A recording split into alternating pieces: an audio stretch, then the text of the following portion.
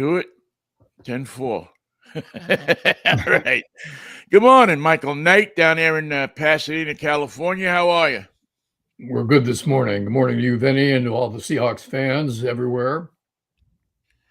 Yeah, it's not a good morning if you're a Rams fan, that's for sure. Well, the pressure on both teams was to continue to score, but then next time you get the ball, you got to score again. You got to stay up. You got to stay ahead. You got to stay active. And the Rams on the 5-yard line did not score one time. And that wrote their ticket out of town. That was fate. And it was frustrating to watch because if you don't keep up, you're going to lose these games. Fascinating pressure on talented teams to keep scoring, to score again, to put together another drive, and to get that first down, and to be successful with all your endeavors. You can't fail. Yeah, to be fair, the Seahawks did what they could at periods of that game to hand them the game, and they still couldn't capitalize on it. But I'm not going to take anything away from the Seahawks defense. I've been telling you all year that defense is the best in the National Football League, and yesterday just showed it. Somebody had sent me a message before the game saying a lot of people are going to be upset that they bet against a Hall of Fame quarterback in Matthew Stafford because the Seahawks were favored and yada, yada, yada. I didn't see a Hall of Fame quarterback yesterday. I mean, I saw a good quarterback, and I know he is a Hall of Fame quarterback. I'm not going to take anything away, but the Seahawks just have come up with a stifling defense that just doesn't it gives you nothing. You have to earn every little speck that you get, every little inch on the field, every blade of grass or artificial turf. And there's always a threat of a turnover. They are always prepared to take the ball away from you if you have a drive going. You're in danger of the fumble, the interception, the turnover, and it always seems present. The danger level for something going wrong with your offensive plans is multiplied and heightened when you're facing the Seahawks and they're healthy and ready to take you on. Yeah, that they're always punching the ball. They're always trying to cause havoc. It's a smothering defense. The defensive line smothers the safety. Move all over the place. They'll give you the couple of yard pass in the middle of the field. They'll give you that, but they're not going to give you much more than that, except when somebody blows a coverage or except when somebody, and they're human, so they do blow coverages and they do let guys get by them and they're in the wrong place at the wrong time sometimes, not often. And when they did do that yesterday, or when they came up with a stupid penalty like they did yesterday, that really, I don't know what I can't even say his last name, but number 3 was thinking. But they except for that, they're just on you, man. They're on you like stink on crap. It's just no. They just don't give it up, and I think they're going to give New England all they can handle, and then some. 2 weeks from yesterday, I don't know if it's even going to. Well, again, we don't. I'm not going to say it's not going to be a fair fight because New England's no slouchy team either. As a matter of fact, for the first time in many years that I can remember, I got my predictions in the NFC and AFC championship games right. As a matter of fact, I even almost predicted this score. I said 30. What did I say? 35-27 would be the final score of the game. Pretty close. And they came close. Yeah, they came within almost a field goal of being a 1 point. But the players did what they I'm so happy for Sam Darnold. I'm just happy for this guy because this was a guy that was told by many people in the league that he couldn't play, that he wasn't an NFL level quarterback, and I think he showed this past year, a matter of fact, the past 2 years, that he was not only an NFL level quarterback, but an elite level quarterback. Is he still prone to give up a turnover here and there, an interception or a fumble? Yeah, as is most. But he's just got something going for him right now. That is, he's got the ginger luck, man. I don't know. Well, think of the experience that he carries as an elite college quarterback, and then the NFL didn't turn out to be a welcome home for him. He bounced around a lot. He's been with a lot of teams for a quarterback. Usually, when you've been with that many teams, your chances to earn a starting position are reduced, and that's not the case with Sam.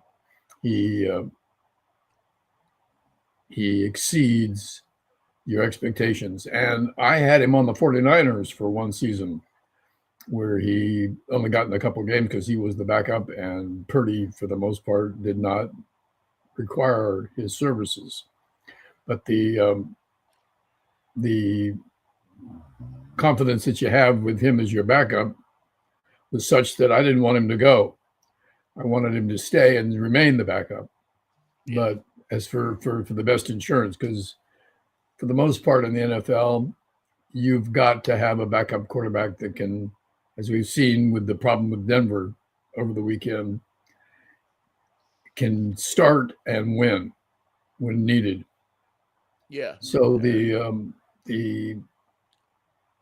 game with the Patriots and the Broncos was exciting because of the opportunity was there, and then the snow came in and it got sloppy, and there was no way that the second team had the same advantage anymore. And in the NFL, if you're a backup quarterback, your errors, the mistake that you're bound to make, the loss of concentration or panic sets in, or you throw a ball and you didn't see the linebacker, are waiting for you. They wait for every backup quarterback because of the challenge that level of play represents in the league. And it was a damn close game, even with all those variables playing. And it's I hope that in better weather, both teams will shine with all their opportunities available, nothing subtracted due to the weather. Yeah. Well, that's one thing we know. It won't be snowing in 2 weeks. No.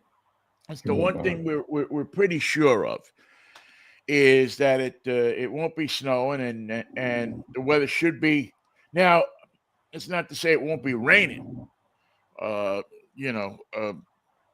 We could run into some terrible. I haven't looked at a 2-week forecast, and I don't know how good a 2-week forecast is, to be honest with you. But generally, the beginning of February can be quite wet in Northern California. And to be honest, it's been quite wet in Northern California already this year. So it hasn't been the best of weather.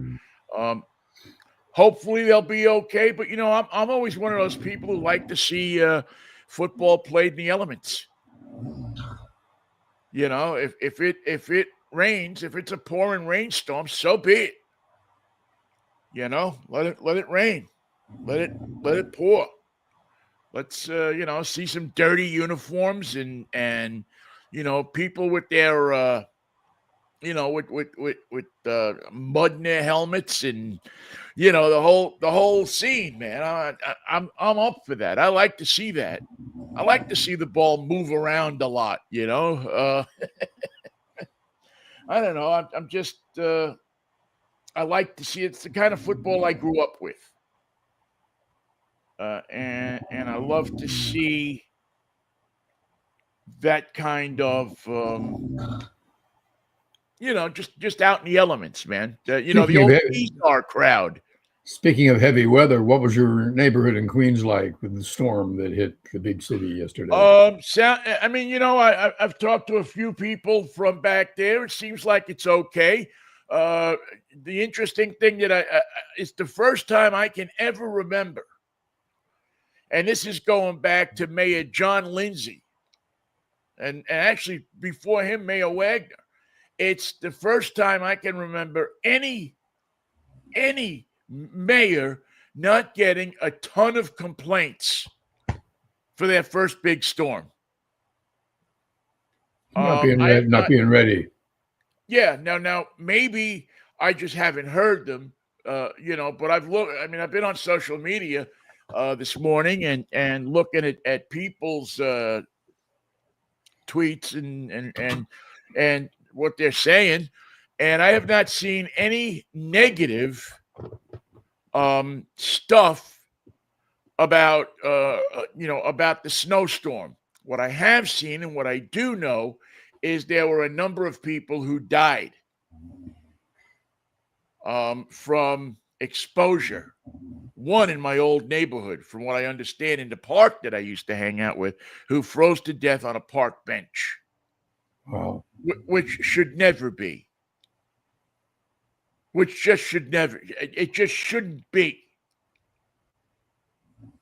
And I don't know, but I know that Mamdani had sent patrols out, had instructed the police and the social services people. They have these new kind of cops in New York.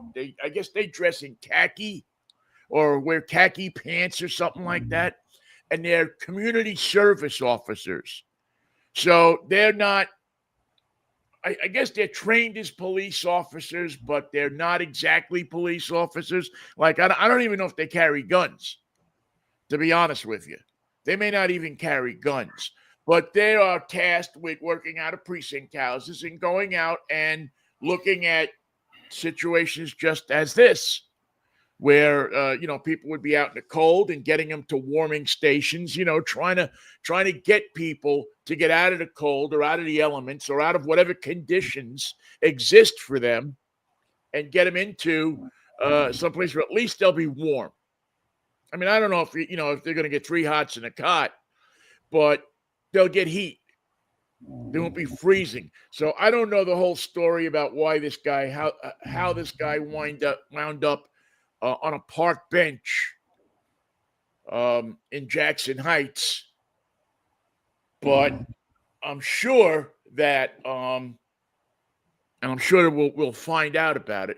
But as far as the city service, as far as sanitation, I mean, I saw several clips, several videos with Mandami out in Central Park and out in the neighborhoods and out in praising the sanitation workers.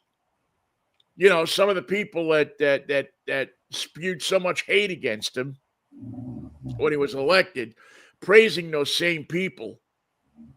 It looks like that this guy's first test has been a success.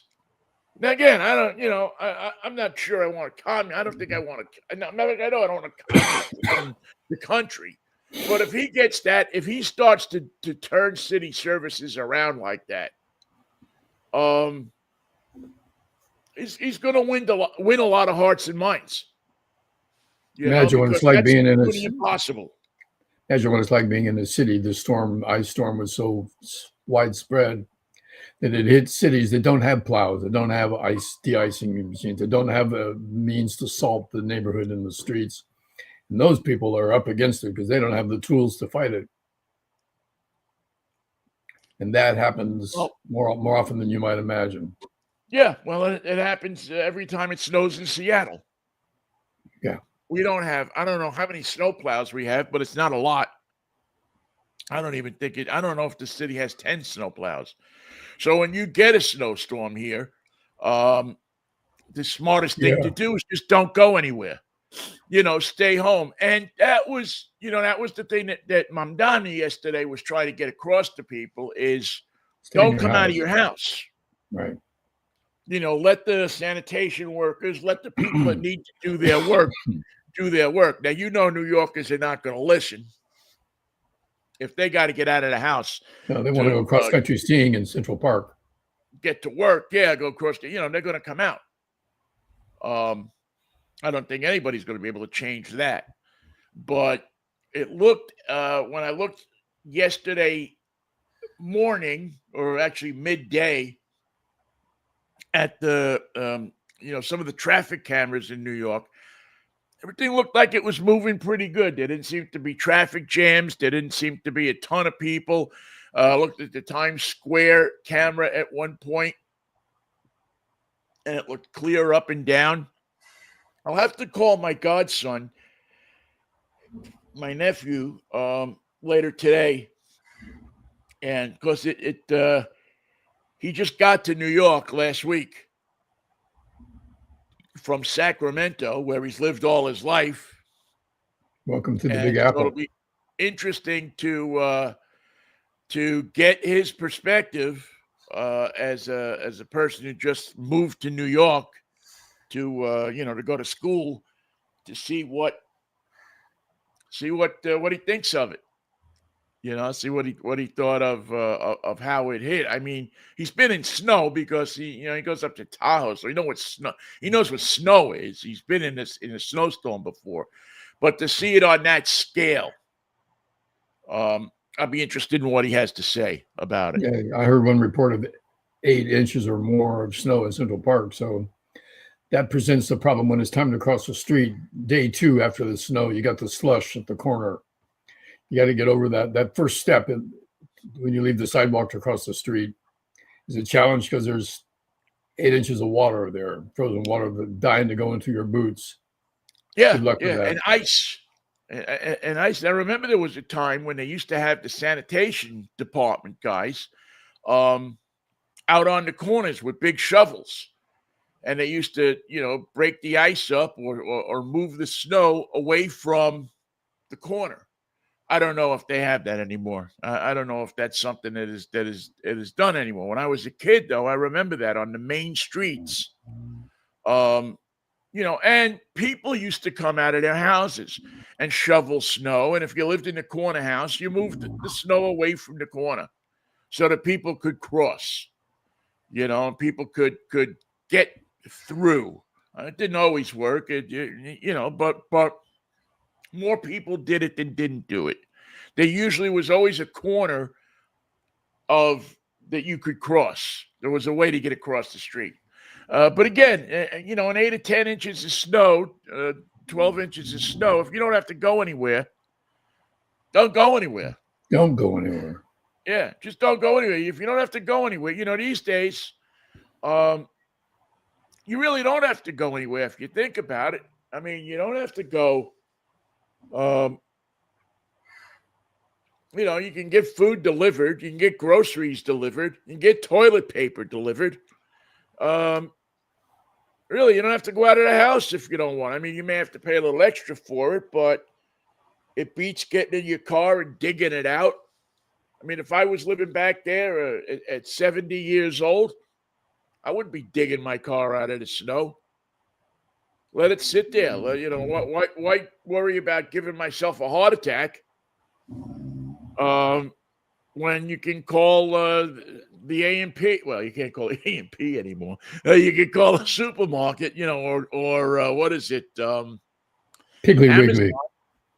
And they'll deliver the groceries to you. And like I said, you may have to pay them a little bit more, but to me, it's always worth it to do that. So, yeah, I think New York City's. Listen, a lot of the East Coast cities are used to it.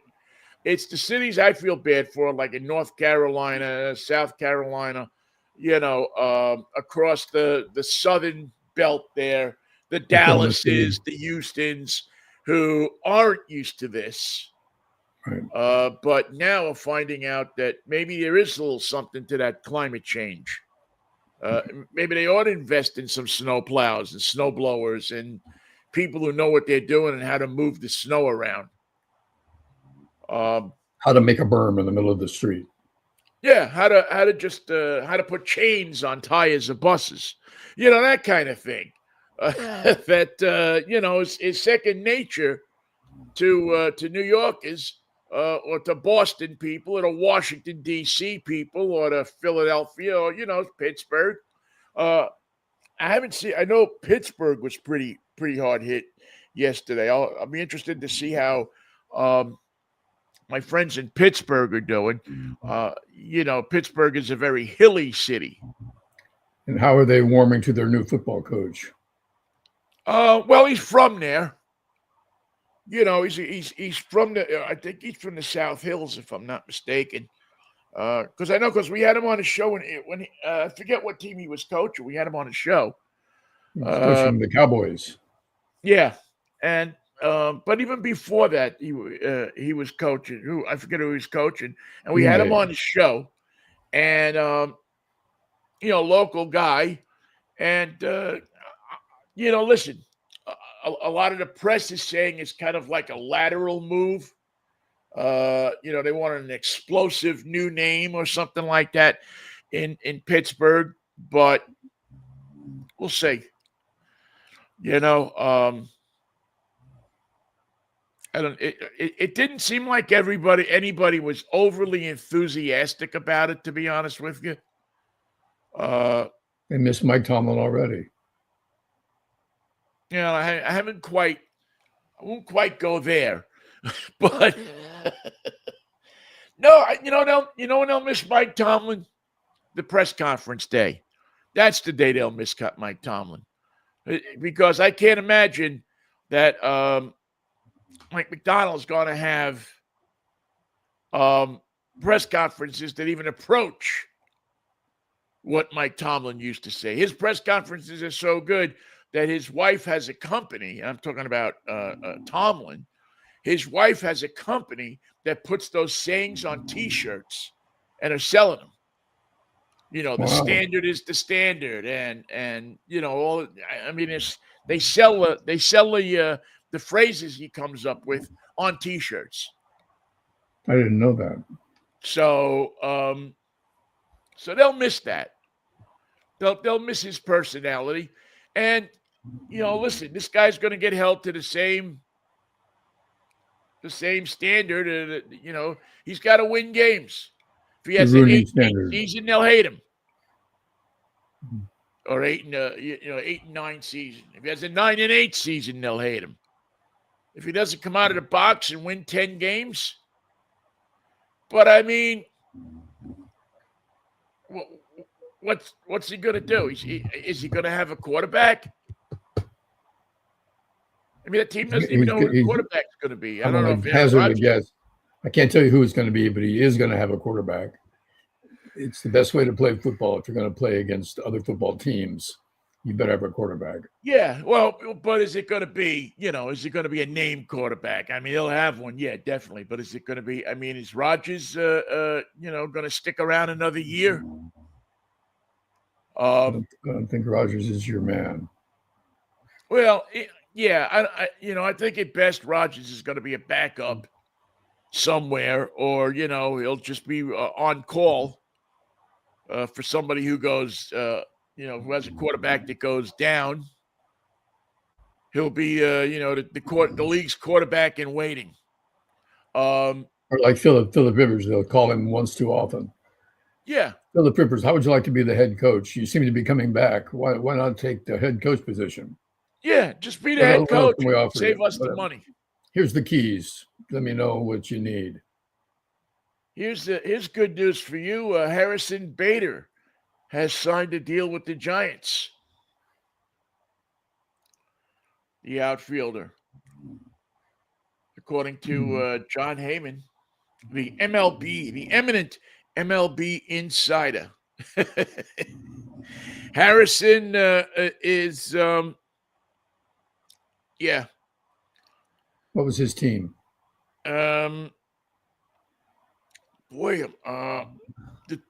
he started with the Twins, and then he was with the Phillies. Somehow I think there's a stint with the Mets in his past too. But you know, he's 31 years old. He's a defensive guy. I remember that about him. Let's see here.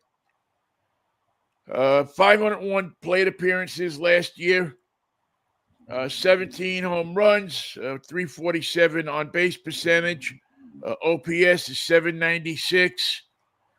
He's 4 wins above his replacement. I don't know who's his replacement. Chico Marx.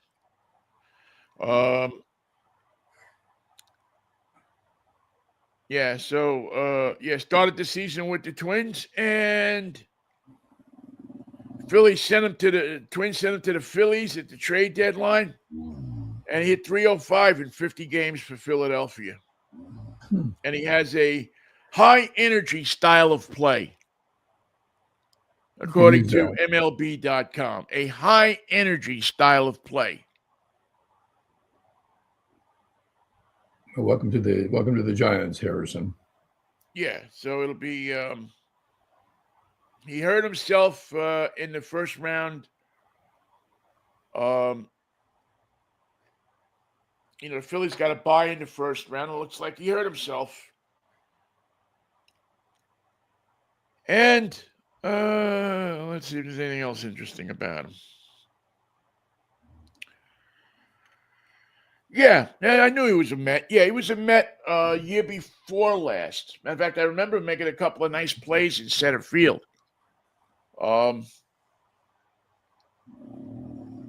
So the year that they went to the NLCS, so that was not last year, but the year before. So that'll be that's interesting to see the Giants. In the I call it the Italian bred part of the season, Italian bred part of the off season, I should say. This is where you take a nice piece of Italian bread and you swoop it around the gravy that's left in the bowl and see what you can pick up. If you can get a nice piece of pork in there, and there. Put it into the sauce. That's what you got left. You got drippings, gravy drippings. Tasty, but attractive, yes. Quick, yes, but will it fill you up for the whole season? So, I think we have to explain the picture behind you, Vinny. We lost a member of the television entertainment group that entertained kids all over the tri-state area when you were growing up. Yeah, we have behind me. I'll get out of the way here a second. We have a picture of the guy with the hat on, the pork pie hat. The guy with the top hat on is Looney Skip Rooney. But the guy with the pork pie hat is Uncle Floyd, a.k.a. Floyd Vivino, and his crew. And he used to run a little something in the afternoon called the Uncle Floyd Show. And the Uncle Floyd Show, which had actually a limited run on NBC for a couple of years back in the 80s. I think they used to put it on after Saturday Night Live on Saturday night. It didn't have quite the cachet that it had when it started back in, I guess, about 76 or 77. Vivino and his group of merry pranksters there, Looney Skip Rooney and Neto and Scott Gordon and a couple other characters. Oh, and the little puppet he had was Oogie Pringle. He had a puppet that he used to sit on the piano, and Oogie always used to have smart-ass answers. And Oogie, Uncle Floyd, would play the piano and come out and just, hang out like it was a kid's show. But it wasn't a kid's show. It was clearly a show that was aimed toward people that were smoking pot in the afternoon. But it was one of those shows that you could see through a different lens depending on who you were, what your age was. So it entertained the kids with the kind of kid-type characters, Skip Rooney, the clown, Scott Gordon, the big guy, and of course, Uncle Floyd and you can see him sitting there talking to Steven Tyler.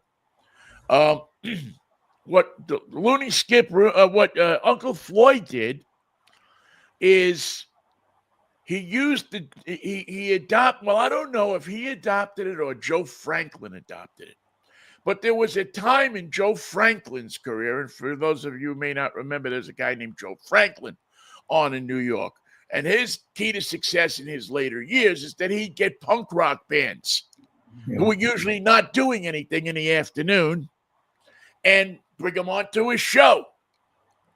And so you would be tuning into the Joe Franklin show at 10:30 in the morning with Joe Franklin sitting there interviewing, hello, this is Joe Franklin. Let's say hello to Henny Youngman, and let's say hello to Charles Bronson. And also here is Joey from the Ramones. Joey from Ramone. It ain't just pink. And coming up, don't forget Helen Hayes will be here. And so he, It's an interesting mix. Yeah, he had an interesting mix. Now, Floyd didn't have the mix, but he had the bands. It was a sign of passage in New York that you got onto the Uncle Floyd show if you had a band. So he had the Ramones, he had the New York Dolls, he had the Smithereens. It's funny, we were just talking about the Smithereens last week.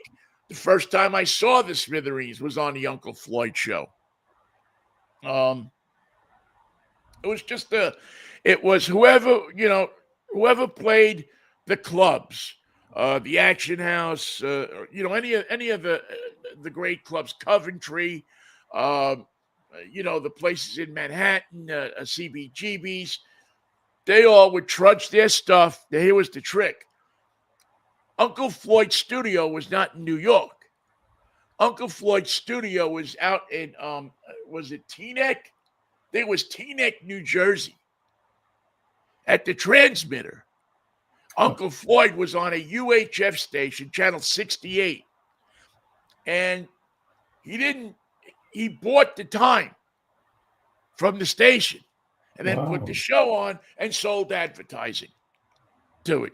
So Floyd, and again, was a great pianist too. As a matter of fact, if the name Vivino sounds familiar to you, you may recognize his brother's name, Jimmy Vivino, from the Tonight Show band with when Max Weinberg was running the band, and also from a lot of Springsteen, Southside Johnny, Miami Steve, that class of people. He was all from Jersey as well. Yeah, all from Jersey. This was the Jersey side of the family. If you grew up in New York, everybody had cousins that lived in New Jersey. Well, these were our cousins that lived in New Jersey. And I used to come home, I'd come home from work at, I don't know what it's a lot of times 2-3 o'clock in the afternoon. And at 4 o'clock, we were pinned to the television. Me and my friend Murray and a few other people would gather up at Murray's apartment. And we'd be pinned to the Uncle Floyd show. And we were always watching because, first of all, it was funny. The cast of characters he had were hilarious. Then you had the musical guest. And you had Uncle Floyd. And he would, he wasn't a guy that was hogging up the whole show for himself. He'd bring his characters in, he'd bring his crew, his ensemble in, and he'd give them all, some time to do funny things and make you laugh. And if you were on pot, it was extra funny. Damn, I'm sorry I didn't have a chance to see that.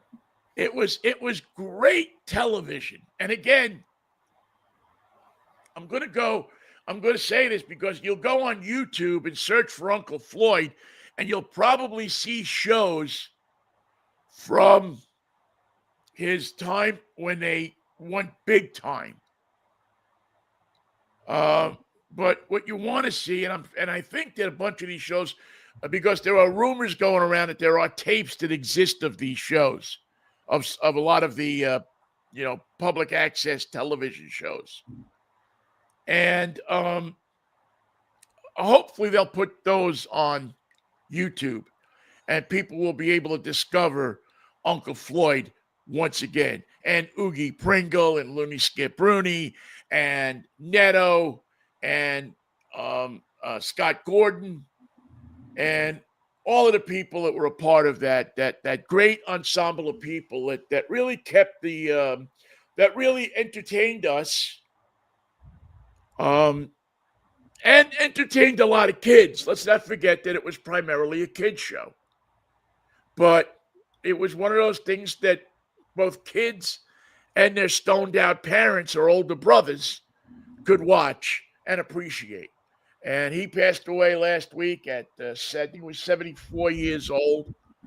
And it's amazing to see, number one, the amount of press that it's gotten, and how fondly, just hear the fondness.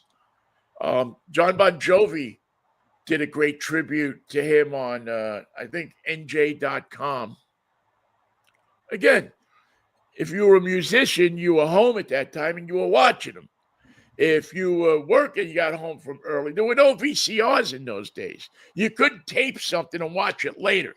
So part of the thing of being in on the club was that you had to watch it live. Yeah. There was no way, if you weren't watching it live. So it was something that between, musicians watching it because they were still at home or still hanging out, and people who got home from work early, people at work, working class people who went to work at 5 in the morning or 6 in the morning and got home early. But people would rush home to see the Uncle Floyd show. And he did a number of live shows at the Bottom Line, probably one every 3 months or something like that. I think I went to one in 70, probably 78, 77, 78, something like that. And it was he'd just bring all the characters in the stage set and the piano. He had this upright piano that he played on. And I still have, in my collection of stuff, I still have the Uncle Floyd album, of which many times I used the Uncle Floyd theme as an opening to my show in San Francisco. He had this great, he was a great, like kind of Hoagie Carmichael type ragtime pianist.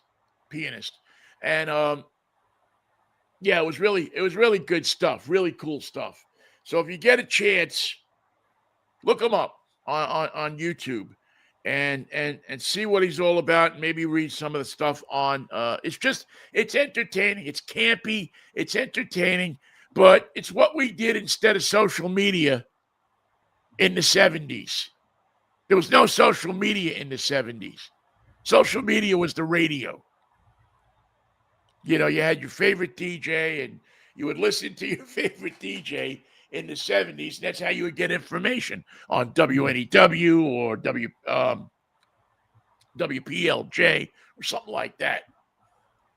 And it's I knew he was sick. I'd seen something about him being sick, and but I guess I didn't think that he was that sick, but I guess evidently, obviously, he was. Yes. And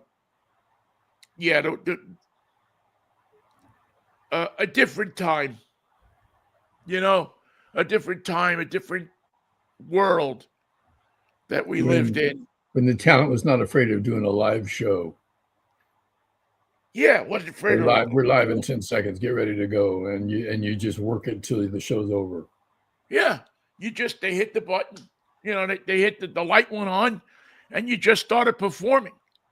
I don't know how scripted out Floyd's shows were. I don't think they were very scripted out. I think a lot of times he would introduce Scott Gordon, and Scott would come out and do whatever he was doing, and it was funny that all the people that worked there, that worked with Floyd, were funny. And then, you get 20 minutes out of that, and then you get 10 minutes of 2 songs by a band. The and you got the Uncle Floyd show. And again, wildly popular in that time. And did he always keep it where he paid for his time and sold his own spot? No, after a certain amount of time, they worked some kind of deal out. I don't remember what it was, but it wound up switching. So I don't know that he made a lot of money from it, to be honest with you. I mean, this was a guy that did it for the love of, for the love of doing it more than anything else. But it's I'll put a couple of clips. There are a few clips from the old Uncle Floyd show. He had, and they would imitate and satire people. Tiny Tim was actually on the show at one point. And they had some other stuff too that he would do. And again, the Oogie Pringle stuff, the stuff that he did with the puppet was priceless. It was, it was everything that Kukla Fran and Ollie, or Howdy Doody, or any of those puppets were in the 50s. Paul Winchell. Paul Winchell. It was just edgier. And he basically I think he might have had 2 puppies instead of just 1.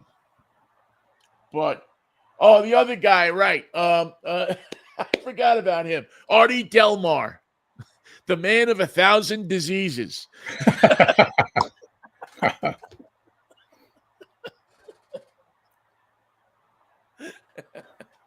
The Robert F. Kennedy of his time. Yeah, this guy, he used to bring him on, and he would just complain for 10 minutes about every different disease that he had. Something you could never get away with today. Something that somebody would, oh, no, my God, no, you're making fun of the hemophiliacs or whatever. But Muggsy was the other guy. That's the guy I couldn't remember his name. Muggsy was the other guy. Muggsy and Netto used to kind of hang together. And then, Looney Skip Rooney was dressed as a clown. But it was just a fun show. It was just a bunch of guys having fun and entertaining people. And they got to do it every afternoon. And he was the band leader of that. He was the ringleader. He put together this great cast of guys from Jersey.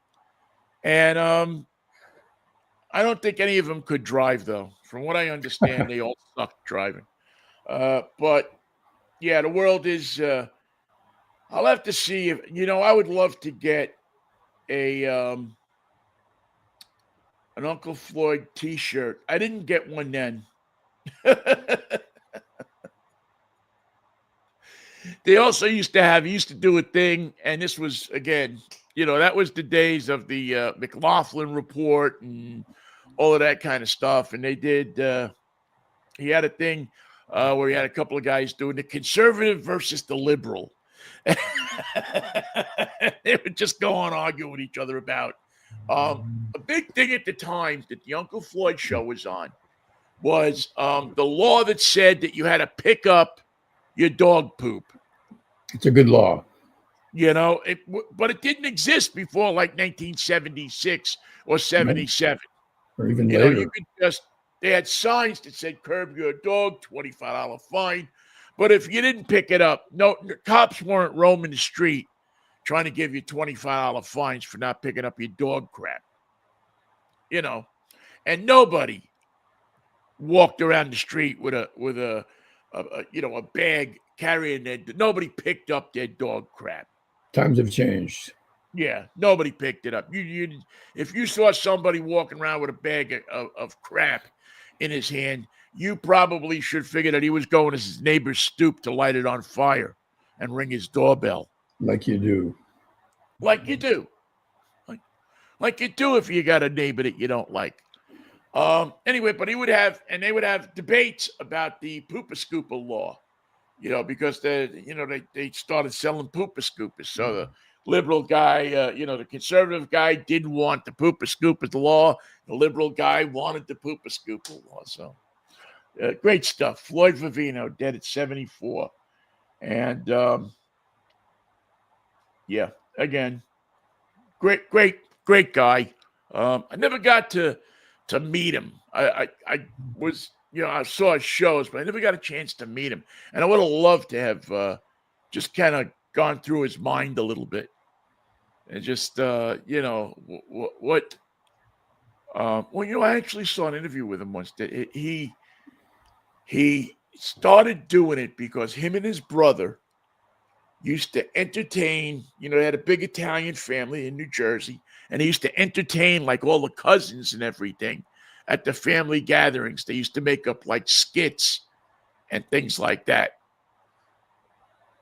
And that was the kind of the impetus because people used to laugh at him. Do you think television is missing an opportunity to recreate this, to try it again in major markets? Should LA have an afternoon host that does cartoons and has guests and has a regular cast of characters? Yeah, I'd love to see it, but I'm an old guy. I mean, would kids watch it today? Maybe. They've got nothing to lose with it. I mean, they put on news now. When we were kids, they didn't put news on at 3:00 in the afternoon. No. They had cartoons and they had celebrities, or they were celebrities to us, presenting those cartoons. In New York, it was Joe Bolton and Bozo the Clown and Claude Kirshner and Clowny and Uncle Floyd, although he didn't do cartoons. But they had shows that were geared toward kids and with hosts on them that engaged those kids. So it wasn't just the cartoons. It was a personality. It was somebody that was there and making the kids laugh, entertaining them. On the side of the kid. Also throwing a little morality in there too, Yes. So I think, I don't know if it'd be wildly successful, but I'd much rather come home at 4:00 in the afternoon and watch Uncle Floyd than I would continuing to watch the crap that's the breaking apart of our democracy.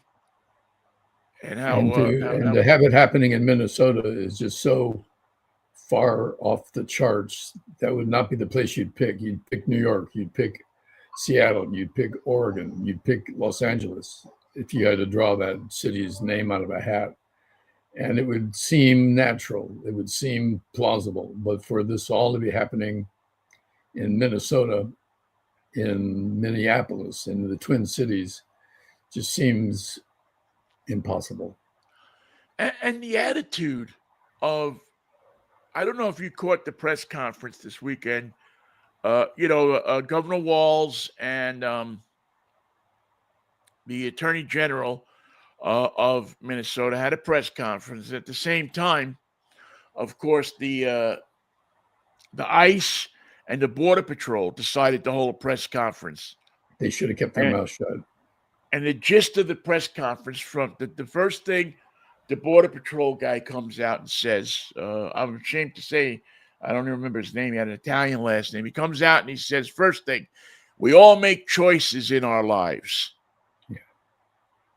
Yeah. That was the gist, that this guy made a wrong choice. We didn't want to kill him. We had to, but the choices he made. He made the choice to get killed. Yeah.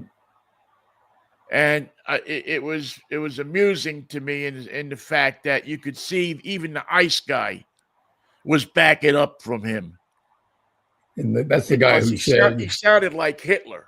He sounded like Goebbels. He sounded like any one of these Nazi guys that would come on and blame the victims, blame the people, blame the Jews. That's the kind of rhetoric you were getting from this guy. And this is the guy that said that he came to massacre the ICE officers. Yeah, he's going to kill it. He's going to kill them all. That we believe that he was there to massacre the Yep. the border patrol or the ICE officers. He had a gun in his holster. Showed no indication of taking that gun out of the holster. Never held the gun, it turned out.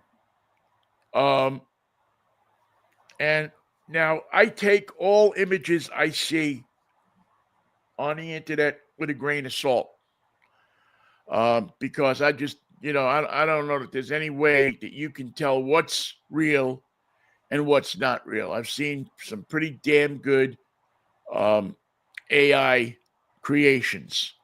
But there was one image that I saw over the weekend that, if it's true, should start at the very least a mechanism to impeach Christy Nome and to impeach the president of the United States. And that was the one where there was one officer holding his gun at the head of Mr. Preddy. And Bill Maher pointed this out on I almost said almost live, but his show on Friday night, that he brought that up, and then he picked up the picture of the Vietnamese protester who was killed in, what was it, 1965, 66, something like that, where the Saigon, I believe it was, police officer held a gun to his head and blew his brains out. Mm-hmm. And how eerily similar they were. Now, again, I don't know, and I'll say this up front, I don't know if this image was real or not real. But if it is proven to be a real image, if somebody can freeze frame that, and that is the actual image, if that is what actually happened, then this country should be up in arms. This country should be outraged. This country should to have Trump's guys continue to lie at every stage of the investigation, to destroy evidence, to refuse to cooperate with the local law enforcement. It's maddening.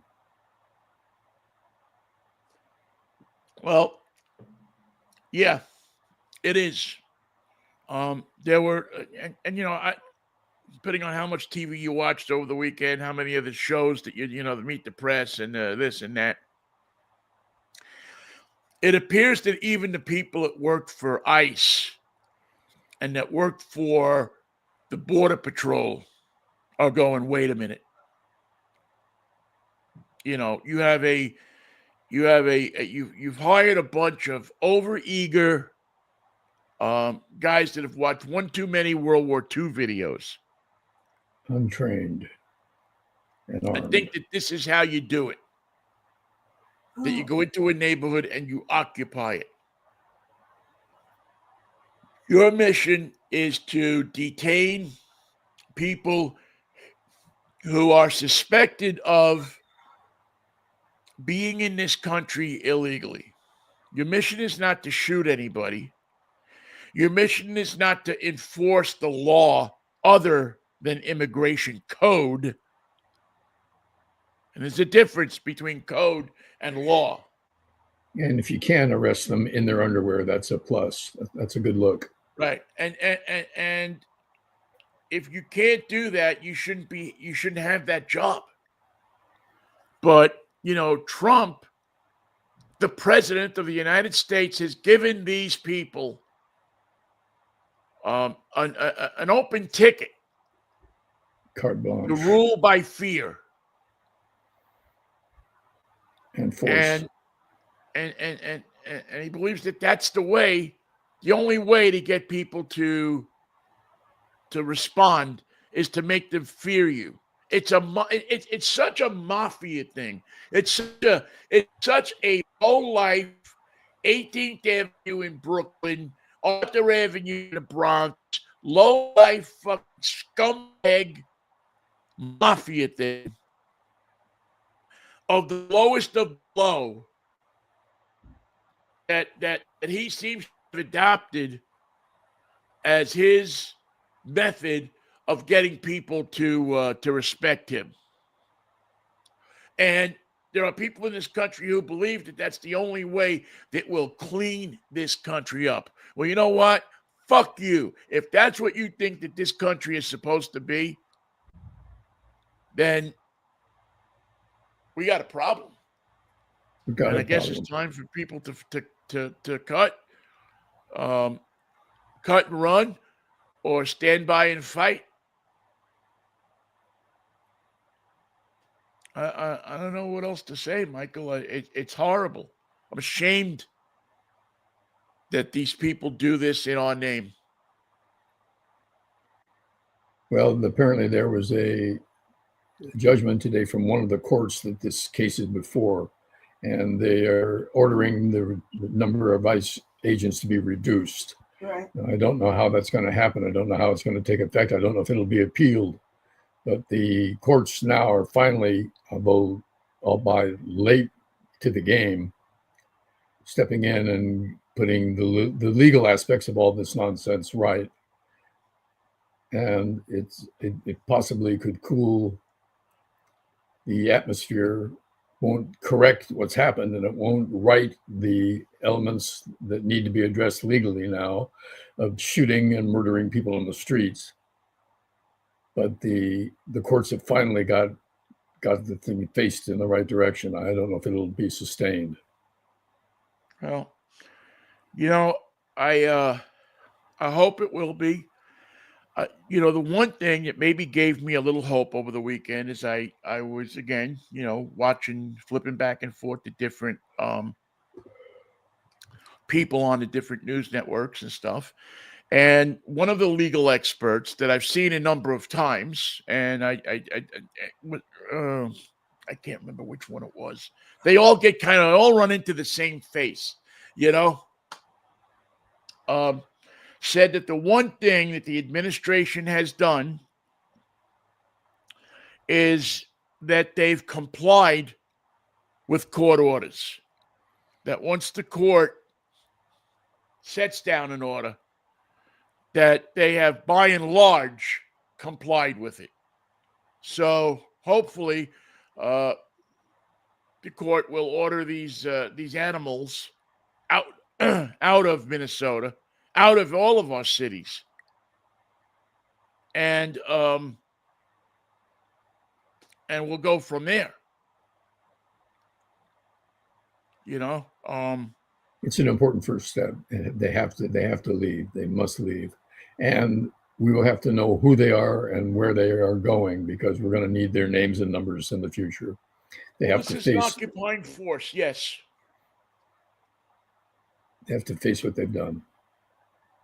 Yes, 2025 and 2026 are the years of the occupation. And there's no way you can get around that. And hopefully people will be smart enough to see it, to realize it, and to do something about it. Now, again, there's a whole lot of people who think that this was a good thing, which bothers me to no end. Well, I think we've seen the result of that opinion. Matter of fact, there's a guy that I worked with, and he fancies himself to be a cartoonist and a political commentator, but he's neither.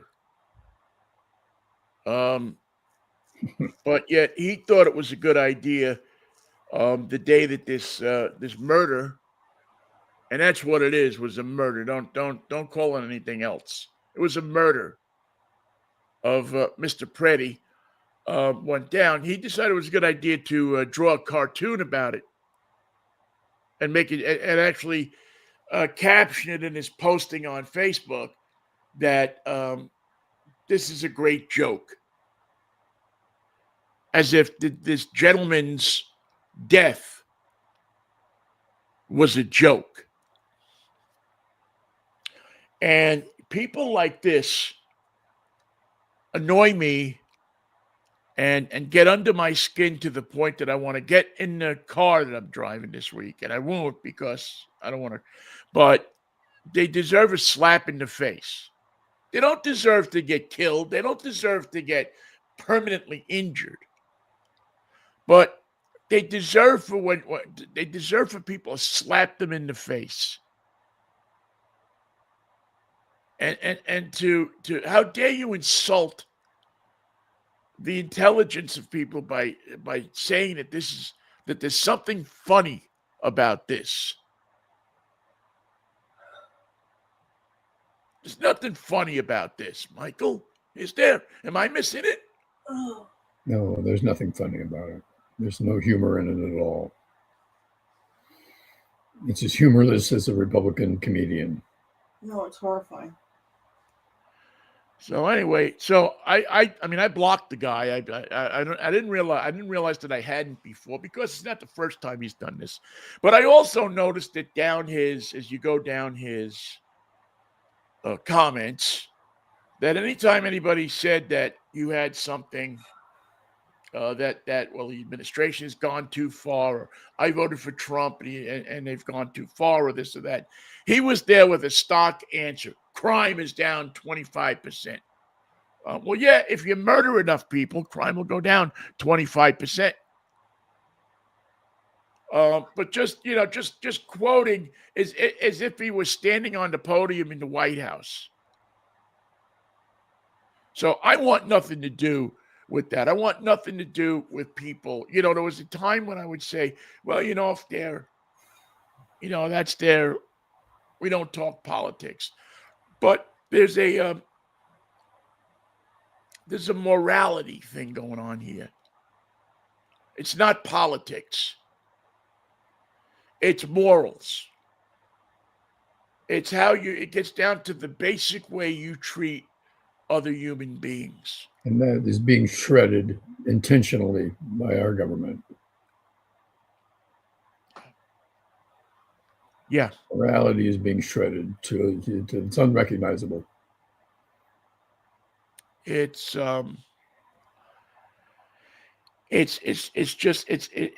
breaks my heart. It really does. I mean, I believe in this country. And I believe in the good things that we can do. I've seen it. I've seen history. I've seen us do things that help people around the world. I've seen us help eradicate diseases. I've seen us all that. Yeah. And where is that? I've seen us bring countries together and stop. I have seen people who actually have stopped wars and helped two sides come to agreements and given them help in that so that they didn't blow each other up.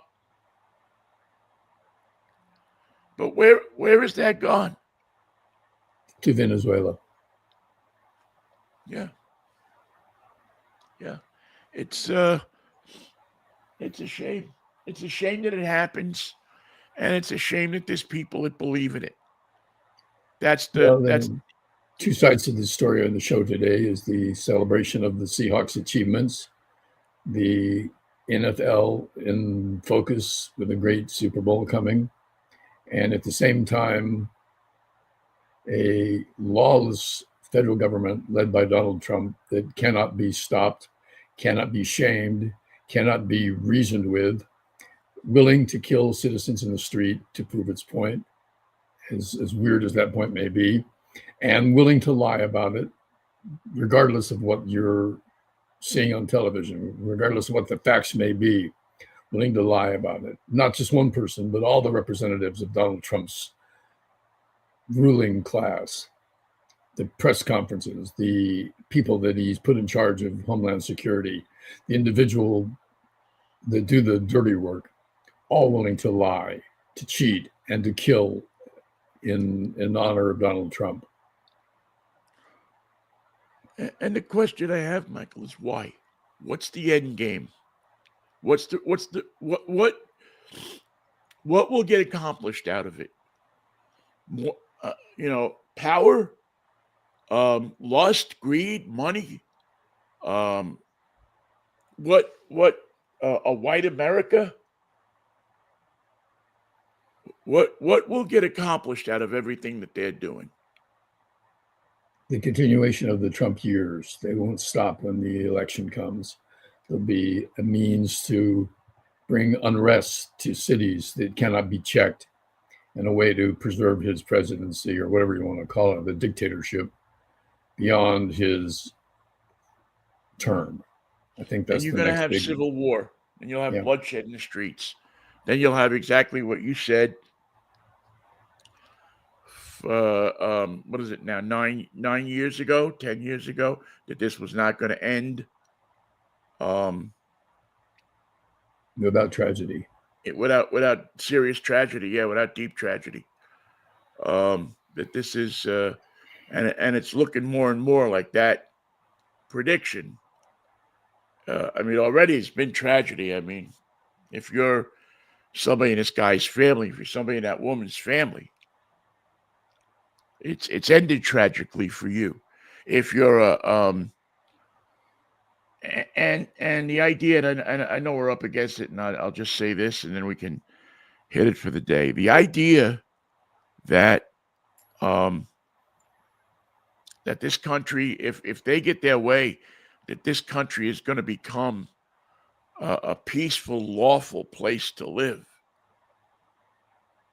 is as ludicrous as the people who say, well, if you eradicate the drug dealers, or if you shoot all the people coming up from Venezuela, that the drug problem will be gone. Well, no, the drug problem exists because the American people want drugs. That's what we want. If the American people didn't want drugs, you wouldn't have the problem, right? So So it's going then to take smarter people than me to figure it out. That's that's our morose Monday show. We'll gather on a wacky Wednesday, and hopefully the world will be put straight by then. Yeah, well, if it is, I'll buy you a cherry phosphate at Schwab's. I'll meet you right there at the counter. I always make time for cherry phosphates, especially at Schwab's. If we'll go to Schwab's, if we have to recreate the whole damn place on the corner, we'll just go to the right spot and have the right drink. There you go. Is the newsstand still up, or is that gone? It's all different now. Yeah, it's that out of town newsstand isn't there anymore, huh? There's one on in Hollywood, but the idea of periodicals is fast eroding to the point where no one subscribes to them. Yeah, it just used to be a cool place. I just used to love going there. When I would go to LA, I just used to love going there and just checking out the different kinds of people that would show up and grab a magazine and just sit there and thumb through it and talk to other people. It was like the coolest library in the world. It was, if you didn't get a chance to go there, you just realized that it was just one of the most beautiful, precious, cool places, just standing on a street corner with magazines up against the wall of a building, a half a block long. Yeah, it was amazing, absolutely amazing. All right, let's do it again on Wednesday if the Lord's willing and the creek don't rise. Peace, love, and Manischewitz, Michael. Well, we can use all three of those, Vinnie. Let's start with the Manischewitz. Work our way back. I think that's the right way to go. All right, Michael, take care of yourself. Thank you all for listening, too. We appreciate it. We'll see you Wednesday morning at 10:10. 10:10, right? Yes, 10:10. Yeah, or thereabouts, as we now say. See you, Ben. See you, Mike. Get